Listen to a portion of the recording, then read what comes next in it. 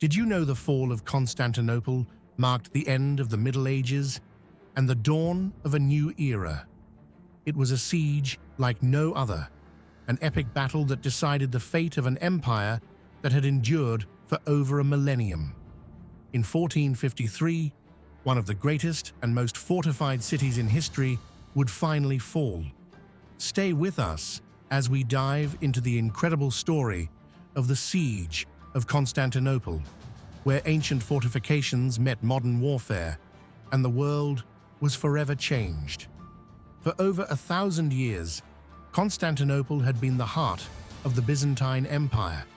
Known as the Queen of Cities, it was not only a political and economic hub, but also a spiritual center of the Christian world.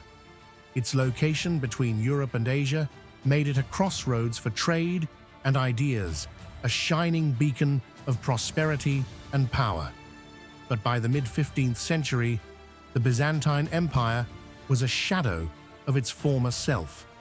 Once a vast empire that spanned the Mediterranean, it had now been reduced to just Constantinople and a few scattered territories.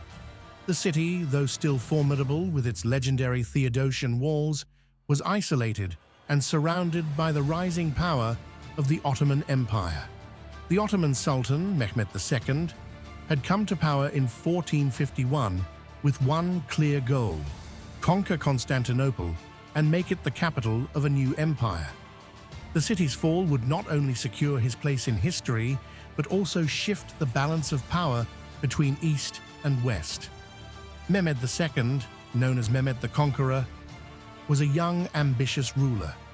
He had been groomed to lead and had studied the failures of those who had attempted to capture Constantinople before him. Unlike his predecessors, Mehmed was determined to break through the walls that had defied so many armies.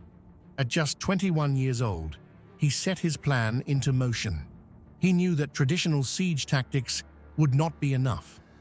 The Theodosian Walls had repelled countless invaders, from Arab armies to European crusaders. Mehmed needed something different, something revolutionary. That's when he turned to the most advanced weapon of the time: gunpowder. Mehmed hired a Hungarian engineer named Urban, who designed a massive cannon, the largest the world had ever seen. The cannon, called the Basilica, was capable of firing enormous stone balls that could smash through even the thickest of walls. But even with this weapon, the siege would not be easy. Mehmed understood that taking Constantinople would require not just brute force, but careful planning, patience, and innovation. In the spring of 1453, Mehmed mobilized his forces. The Ottoman army was enormous, numbering between 80,000 and 100,000 men, including elite Janissary troops, infantry, cavalry, and artillery units. The army was bolstered by hundreds of smaller cannons, siege towers, and an entire navy to blockade the city from the sea. Constantinople, however, was vastly outnumbered. The city's defenders, led by the last Byzantine emperor, Constantine XI, had only about 7,000 men to protect the walls. The city was fortified, but morale was low. Many in Europe were too preoccupied with their own conflicts to send help, and the Byzantines were left to face the might of the Ottomans largely on their own. Despite this, the defenders were determined to hold their ground. They relied on the city's legendary walls, double and triple layers of stone and brick, towers and moats that had protected Constantinople for centuries. Mehmed's forces set up camp outside the city, and on April 6, 1453, the siege began. The first major attack came with Mehmed's cannons.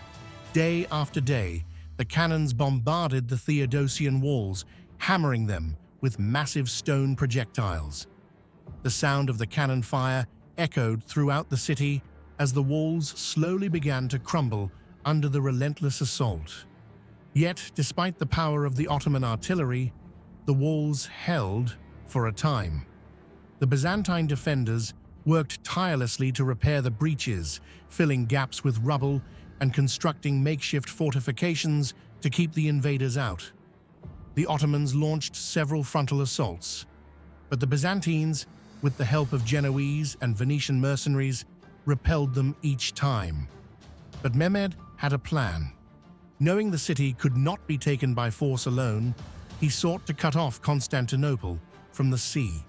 The Byzantine navy was small, but had one key advantage: a giant chain stretched across the Golden Horn, blocking any Ottoman ships from entering the harbor. In an audacious move, Mehmed ordered his men to haul Ottoman ships overland, bypassing the chain entirely. In one night, dozens of ships were rolled on greased logs over the hills and launched into the Golden Horn.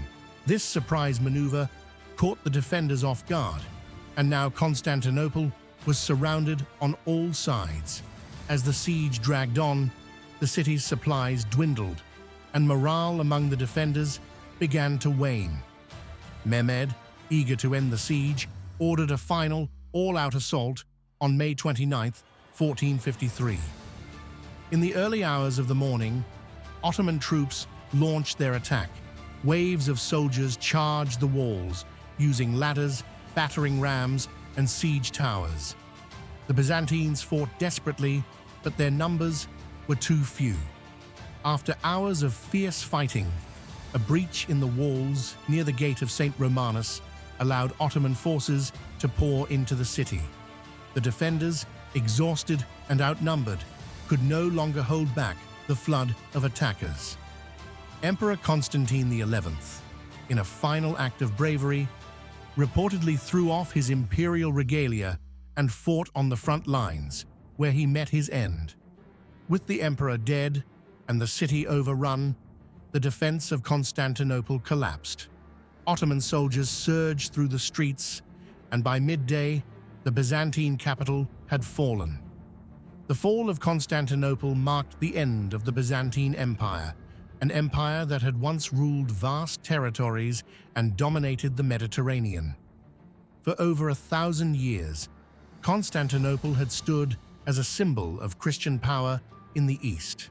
Now, it was in the hands of the Ottomans. Mehmed the Conqueror entered the city and rode to the Hagia Sophia, the great cathedral of Constantinople, which he ordered to be converted into a mosque.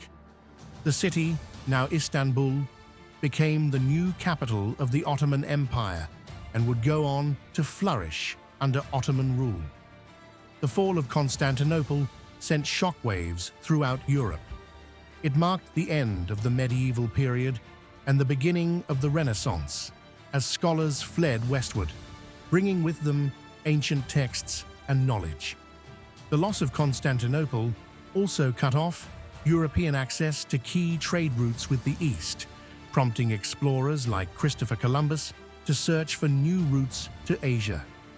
For the Ottomans, the conquest of Constantinople solidified their place as a dominant power in the world, and Mehmed II's legacy as the conqueror was secured. The Siege of Constantinople in 1453 was more than just the fall of a city. It was the end of an era. It was a clash of civilizations, of ancient defenses against modern weaponry, of faith and ambition. The city's fall changed the course of history, setting the stage for the rise of the Ottoman Empire and the dawn of the modern world.